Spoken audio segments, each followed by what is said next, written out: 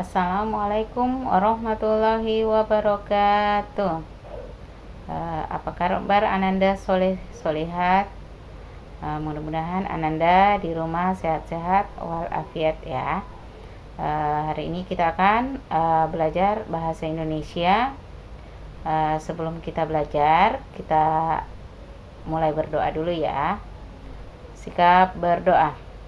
Tangan diangkat, pandangan ditundukkan. Berdoa dimulai. A'udzu billahi minasyaitonir rajim. Bismillahirrahmanirrahim. Alhamdulillahi rabbil alamin.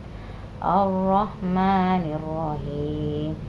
Maliki yaumiddin. Iyyaka na'budu wa iyyaka nasta'in. Ihdinas siratal mustaqim. Siratal ladzina an'amta 'alaihim ghairil maghdubi 'alaihim waladdallin. Amin. Raditu billahi rabbah wa bil islami dina wa bi Muhammadin nabiyya wa rasulah.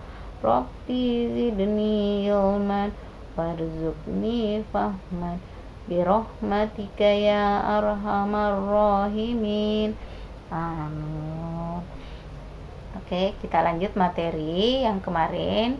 Kemarin itu tentang menyajikan laporan hasil pengamatan.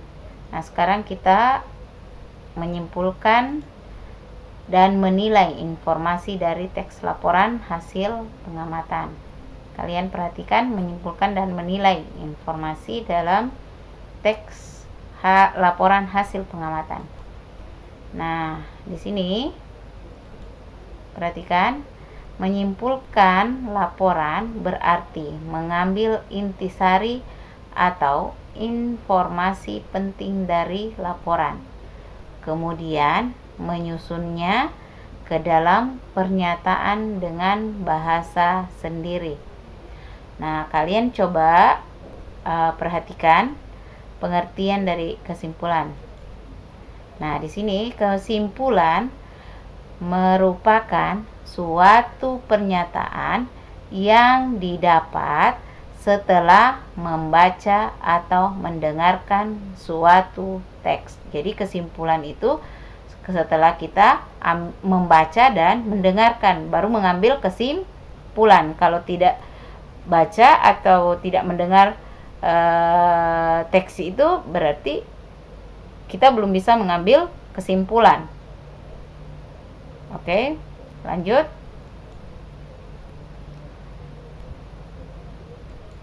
Nah, untuk membuat kesimpulan ada beberapa hal yang perlu diperhatikan.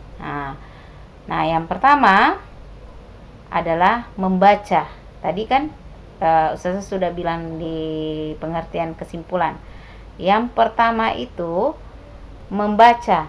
Nah, di sini membaca keseluruhan teks secara seksama ya. Jadi ketika kalian membaca harus keseluruhannya, jangan sepotong-sepotong ya.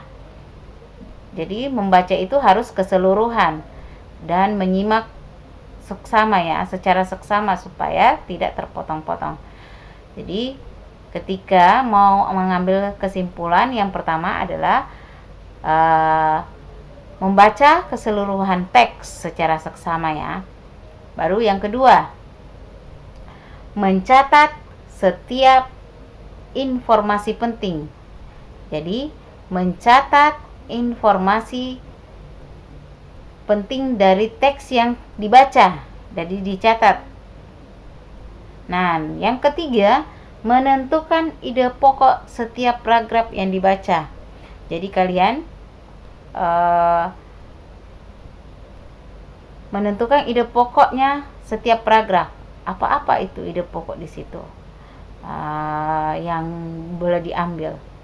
Nah, yang keempat adalah mencatat kata kunci. Nah, kata kunci itu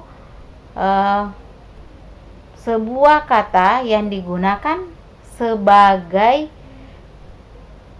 kunci atau penghubung ke kata lain ataupun informasi lainnya. Jadi ketika kalian sudah menentukan ide pokok, sudah mencatat informasi-informasi penting,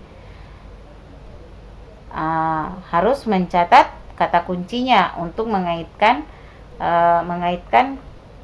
atau menghubungkan ke kata lain atau informasi lainnya. Nah, yang terakhir adalah membuat pernyataan sesuai informasi.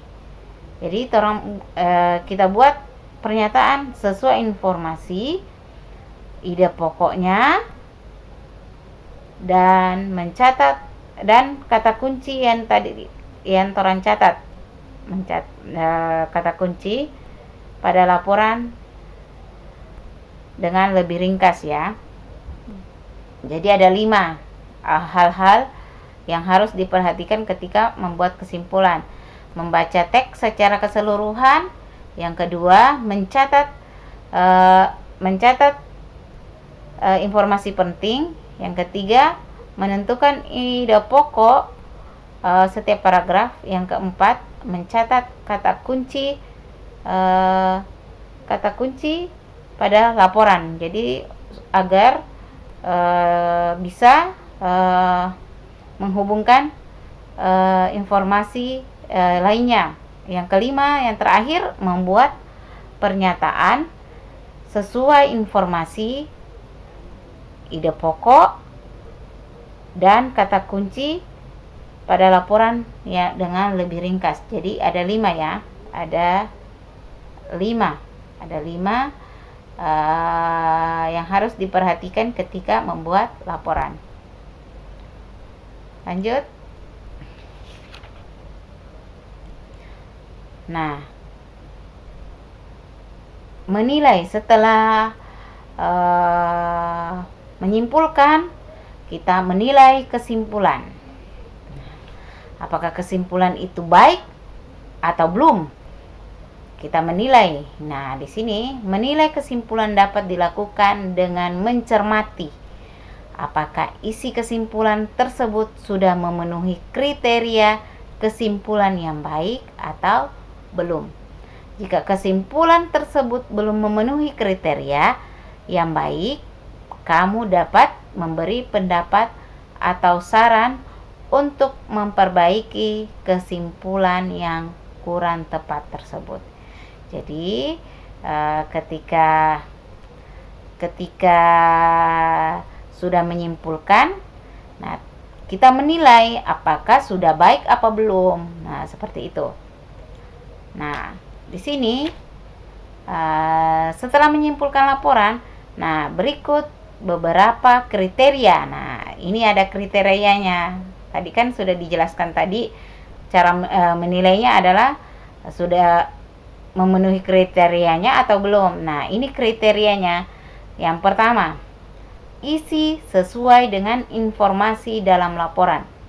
Jadi, ketika menyimpulkan harus sesuai dengan informasi yang sudah dibaca atau didengar. Terus, yang kedua, mengandung ide pokok dan informasi penting laporan. Yang tadi Ustazah sudah bilang kan di hal-hal yang harus diperhatikan ketika membuat kesimpulan. Ada ide pokok. Terus yang ketiga, berisi pernyataan yang dibuat menggunakan kalimat sendiri. Jadi kita tambah-tambahkan misalnya dengan kata-kata yang kita buat sendiri atau kalimat yang kita buat sendiri seperti itu. Nah, yang keempat, menggunakan kata baku dan kalimat efektif. Jadi selain ada kalimat sendiri, kita juga harus menggunakan kata baku dan kalimat efektif. Seperti itu. Oke, sampai di sini materinya. Terima kasih. Mudah-mudahan Ananda bisa memahami untuk kembali, bisa dilihat di halaman 6 sampai halaman 9. Nah, untuk penugasannya ya, insya Allah pekan depan ada penugasan. Untuk pekan ini belum ya. Nah, insya Allah pekan depan untuk life skill atau PKH, pembelajaran kecakapan hidupnya. Nah, kita akhiri pembelajaran dengan melafazkan hamdalah, alhamdulillahirabbil alamin. Assalamualaikum warahmatullahi wabarakatuh.